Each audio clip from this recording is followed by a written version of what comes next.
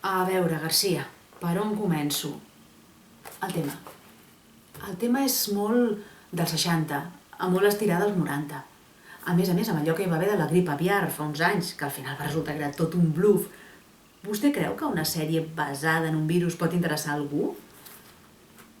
Suposem que sí. Suposem que una sèrie sobre un virus té alguna possibilitat. Siguem positius. Mira, positius virus, he fet un acudit. Per on començo? La primera escena. La primera escena reconec que té força. Tota una ciutat xinesa confinada.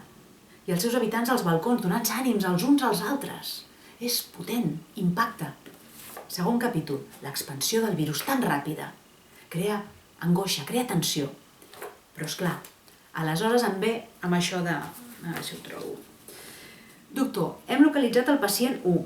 Sembla que s'ha intoxicat per la ingestió d'un rat penat. Garcia, un rat penat?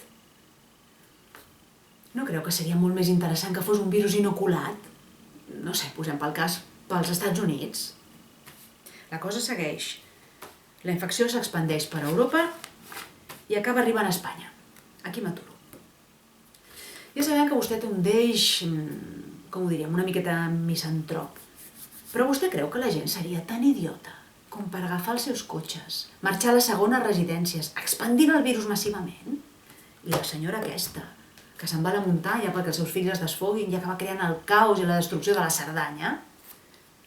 I això no és tot, perquè, finalment, tot s'acaba amb un meteorit que impacta la Terra.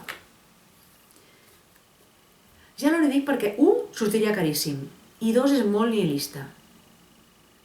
Sinó perquè, pobra gent, quin mal moment, que desgraciats, un virus i un meteorit alhora. Garcia, m'ho posa molt difícil. Això no ens ho comprarà ningú. I llàstima, perquè té un bon títol, Coronavirus.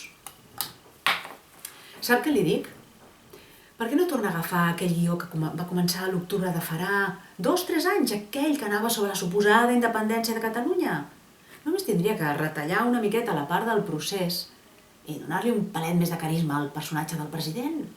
I ja ho tindríem, Garcia, ja ho tindríem. Com ho veu?